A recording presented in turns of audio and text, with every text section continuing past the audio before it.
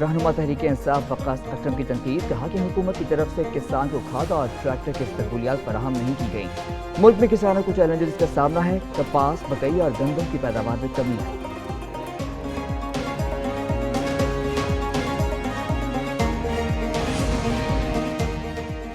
نون league اور Peoples party میں سیاسی گرما گرمی بڑھنے لگی۔ نون لیگ سندھ کے ترجمان اسد عثمانی کا سندھ حکومت کو پنجاب کی بجائے اپنے صوبے پر توجہ دینے کا مشورہ، کہا پنجاب ملک کا سب سے زیادہ ترقی یافتہ صوبہ ہے، سندھ حکومت شہریوں کو بنیادی سہولیات دینے میں ناکام ہو چکی۔ سندھ کے سینئر وزیر شرجیل انعام میمن کہتے ہیں پنجاب کسی ایک جماعت کی جاگیر نہیں، پنجاب حکومت نفرت اور تقسیم کی سیاست کو ہوا دینے لگی ہے۔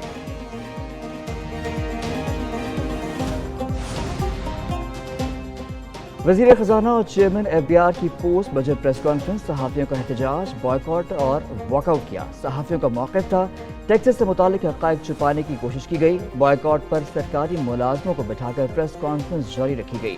وزیر اطلاعات عطا تارڑ اور chairman F B R Rashid Langrial نے صحافیوں سے معذرت کی، بریفنگ دینے کی یقین دہانی پر احتجاج ختم کیا گیا۔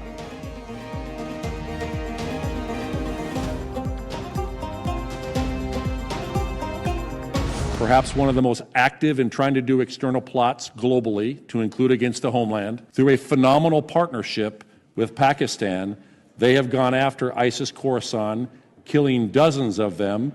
Through a relationship we have with them, providing intelligence, they have captured at least 5 ISIS Khorasan high-value individuals. They extradited back Jafar, who was one of the key individuals behind the Abbey Gate bombing.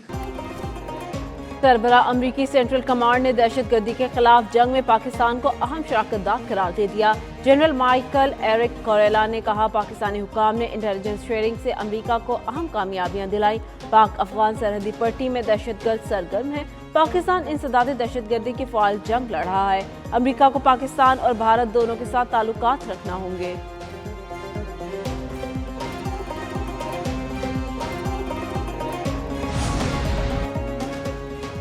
امریکہ بھارت کو کان سے پکڑ کر مذاکرات کی میز پر لائے گا۔ سربراہ پاکستانی سفارتی وفد بلاول بھٹو کی لندن میں نیوز کانفرنس، بولے کہ صدر ٹرمپ نے واضح طور پر اور بارہا کہا خطے میں امن ہونا چاہیے۔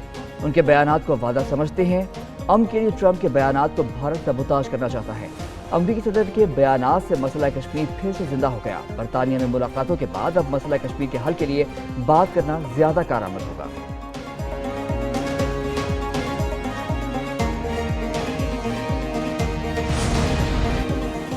بلاول بھٹو کی قیادت میں پاکستانی سفارتی وفد برسلز پہنچ گیا۔ وفد یورپی یونین اور بیلجیم کے اعلیٰ حکام سے ملاقاتیں کرے گا۔ وفد بھارت کی جارحیت اور غلط معلومات پر مبنی مہم کا مؤثر جواب دے گا۔ اقوام متحدہ کی قراردادوں کے مطابق مسئلہ کشمیر کے حل پر زور دیا جائے گا۔ مصدق ملک، شہری الرحمان، حنا ربانی کھر، خرم دستگیر اور فیصل سبزواری بھی وفد میں شامل ہیں۔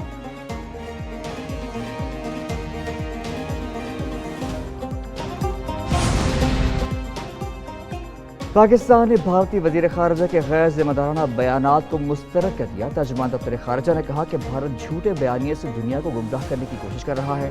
بھارت پاکستان مخالف بیانات سے اپنی سرحد پر دہشت گردی کو نہیں چھپا سکتا۔ بھارت مقبوضہ کشمیر میں ریاستی جبر پر پردہ نہیں ڈال سکتا۔ بھارت کا بیانیہ ناکام فوج مہم کے بعد مایوسی کا عکاس ہے۔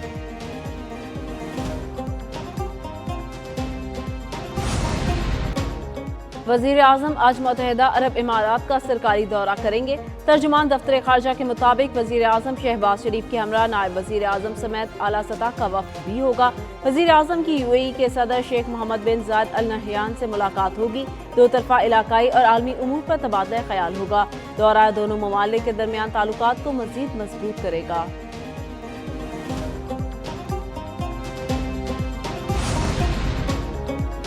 نائب وزیر اعظم اسحاق ڈار 17 سے 19 جون تک امریکہ کا دورہ کریں گے۔ ترجمان دفتر خارجہ کے مطابق نائب وزیر اعظم اقوام متحدہ میں فلسطین کے پرامن حل سے متعلق عالمی کانفرنس میں شرکت کریں گے۔ ادھر نائب وزیر اعظم اسحاق ڈار سے British high commissioner Jane Marriott کی ملاقات۔ پاک برطانیہ دو طرفہ تعلقات، باہمی دلچسپی کے امور پر تبادلہ خیال، سلامتی کونسل میں تعاون پر بھی بات چیت۔